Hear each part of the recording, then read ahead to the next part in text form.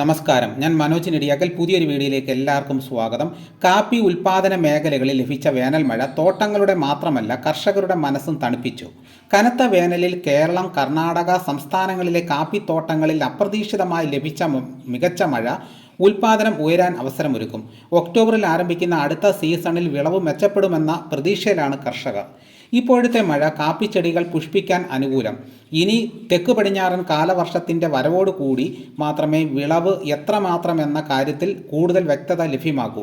വയനാട്ടിൽ, ബത്തേരിയിലും മാനന്തവാടി, കൽപ്പറ്റ മേഖലകളിലും അടുത്ത സീസണിൽ വിളവ് ഉയരാൻ സാധ്യത.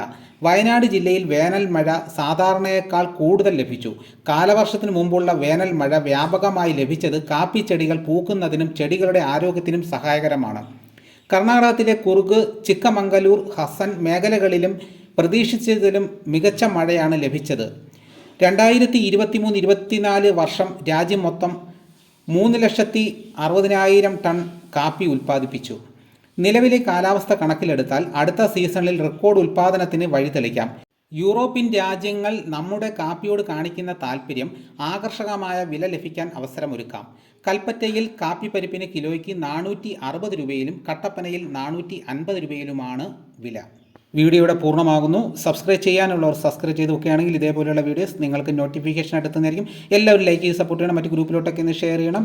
മറ്റൊരു വീഡിയോയുമായിട്ട് ഉടനെ എത്താം. എല്ലാവർക്കും എൻ്റെ നന്ദി.